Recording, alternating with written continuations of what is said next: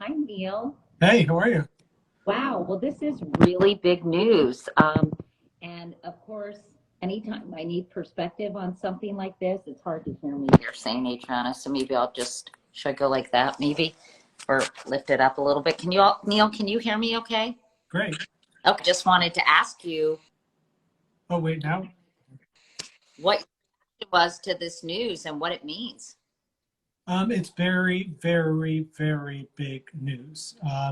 So if we just take out all the legalese, Katie, and just think about it as you and me, like you're hanging out at your house, and all of a sudden, FBI agents show up armed, and they say, "We're coming into your house," and they don't take no for an answer, and they storm into your house, and they have a signed document by a federal judge that says they have the permission to do this. And then they even go and break into your safe.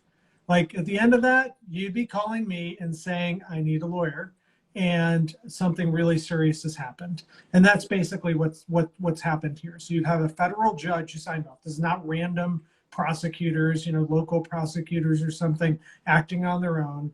It's the United States Justice Department, our top law enforcement agency, getting an approval from a federal judge to say, we need to go do this. We need to come into this home. So that's like very rare to get in any circumstance and never happened before.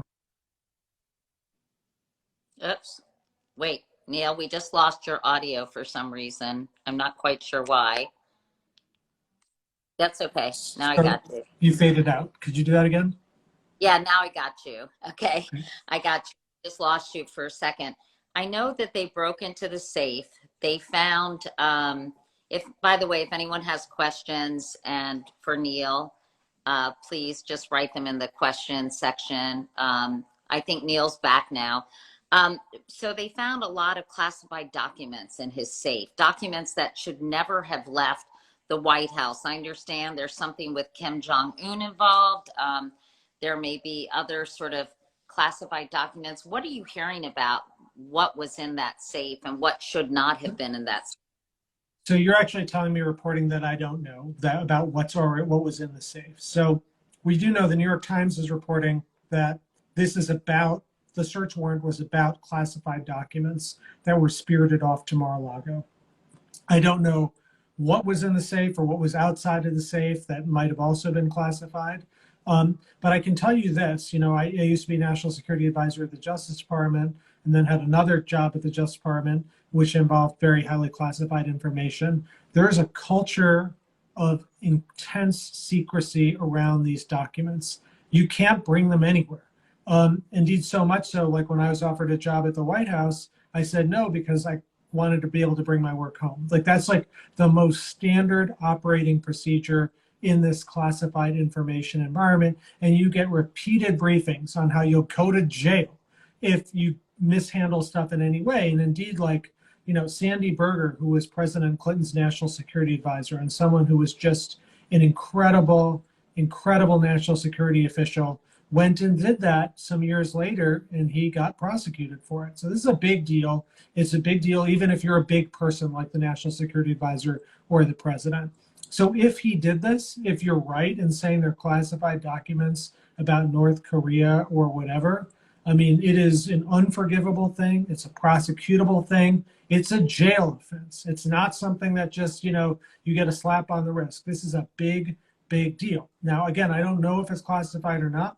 When you are the president and you mishandle documents, there's a defense to you, which is I am the president, so I have declassification authority inherently as part of my constitutional suite of powers. But if you're a former president, you got no such argument whatsoever.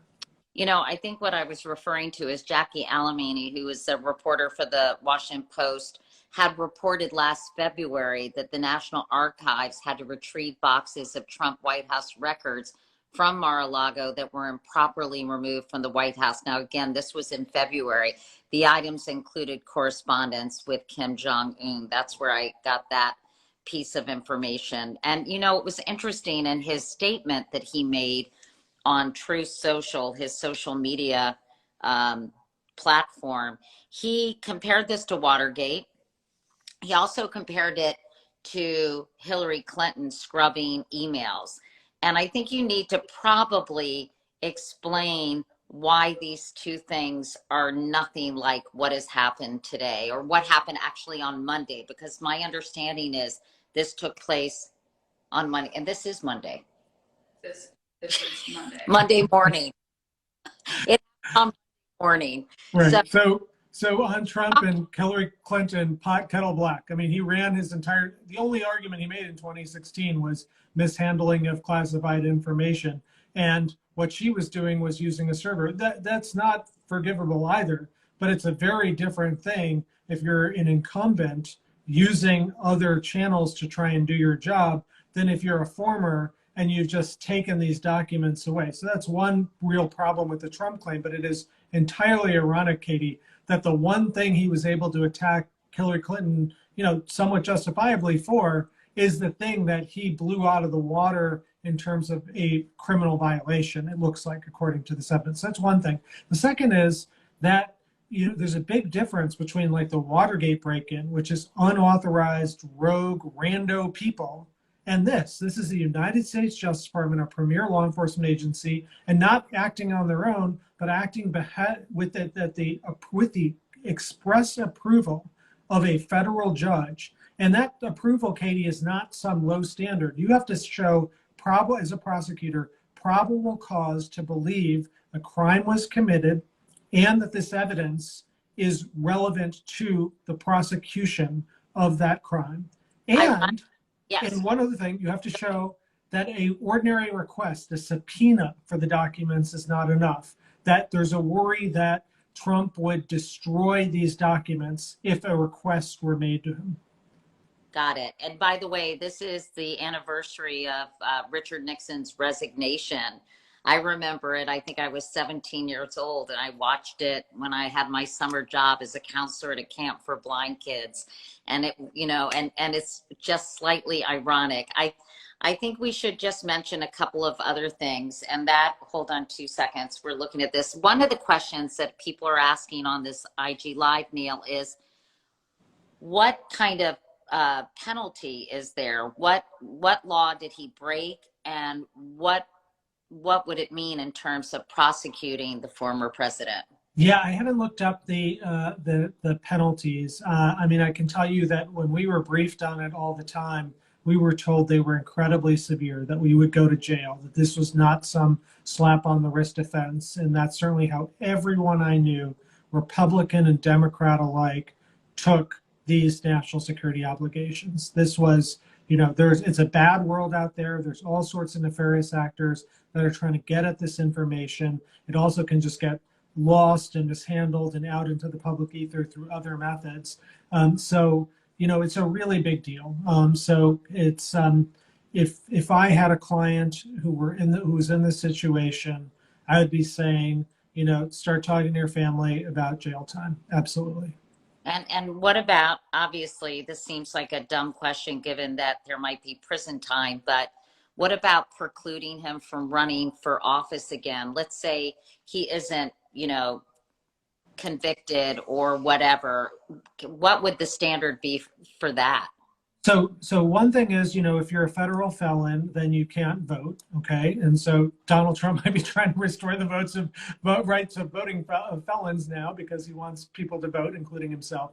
It's generally understood that if you have no right to vote, you have no right to run for office as well. So a federal felony in general would preclude running for president. So that's one thing.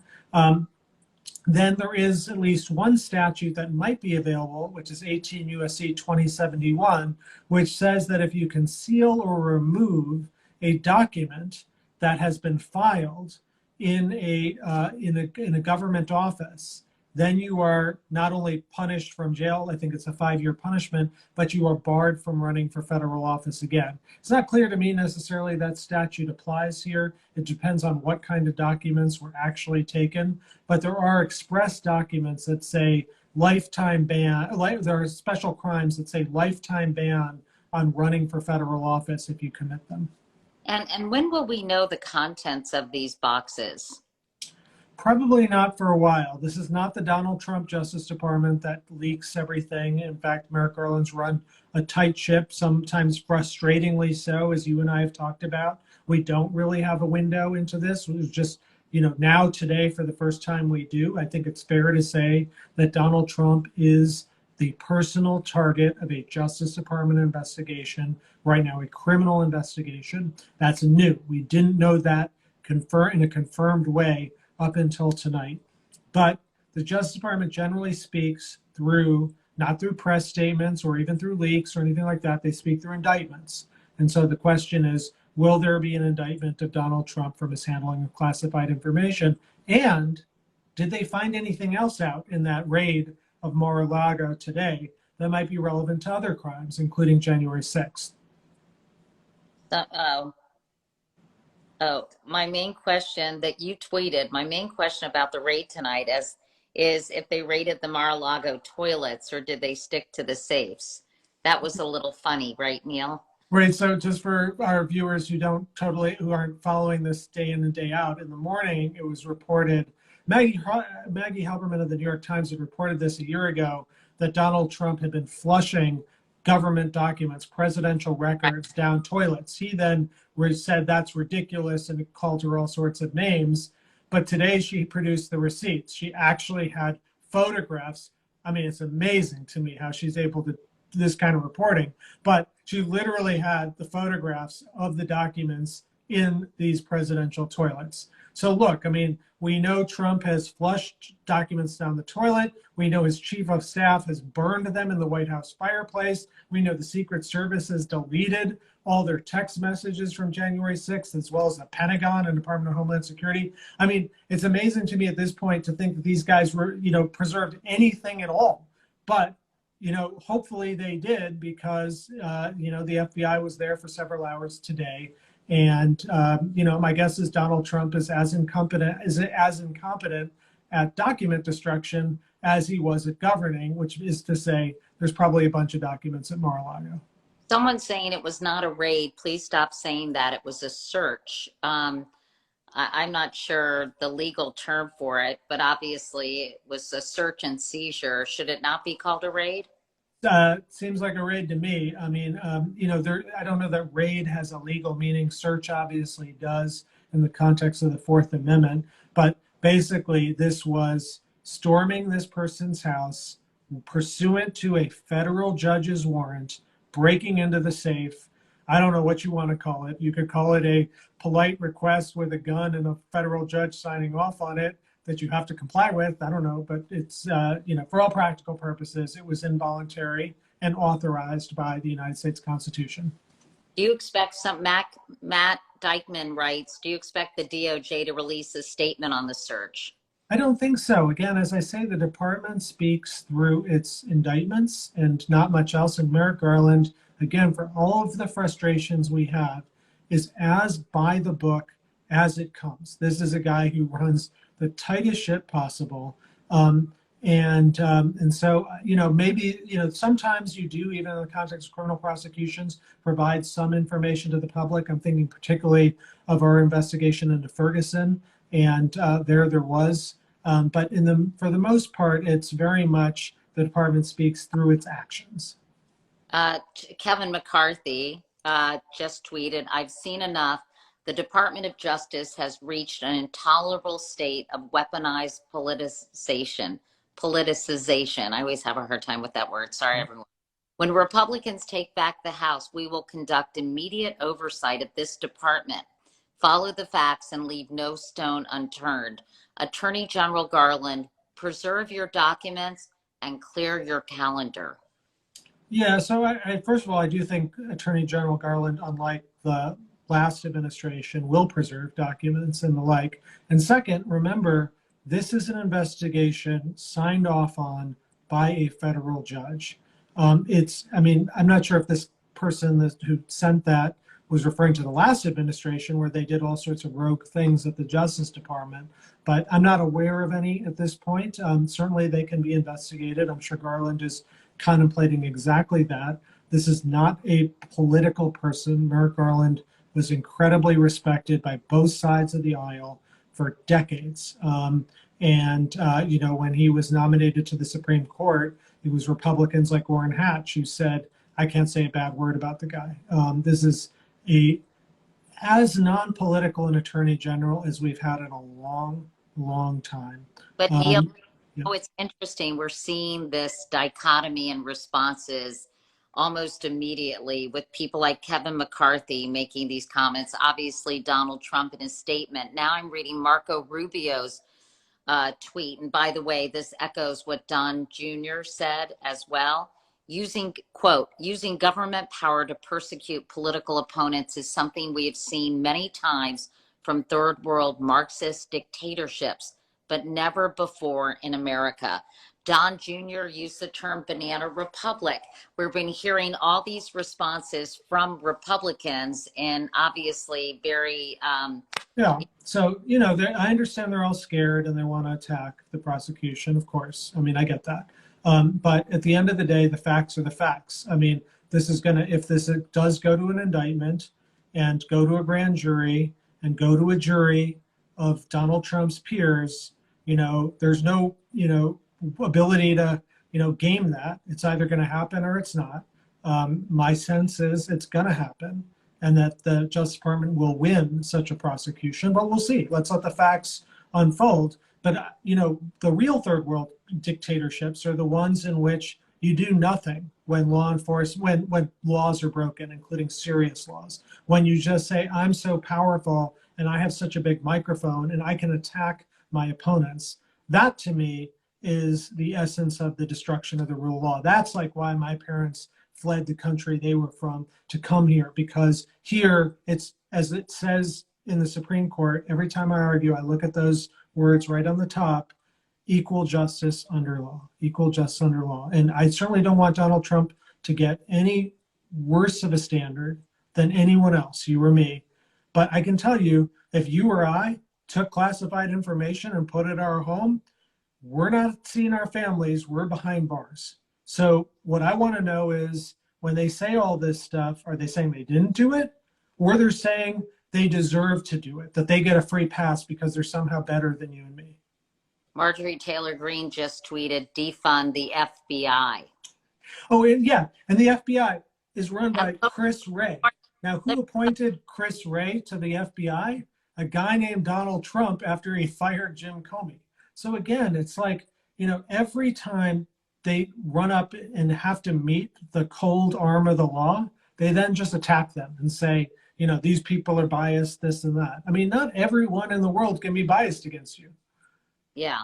And so, all right. So what are the main takeaways tonight for people just joining us? I'm talking to my friend, Neal Katyal, former acting solicitor general, constitutional law professor, somebody who has really been talking to me and explaining all of this as we've gone along with the Trump administration.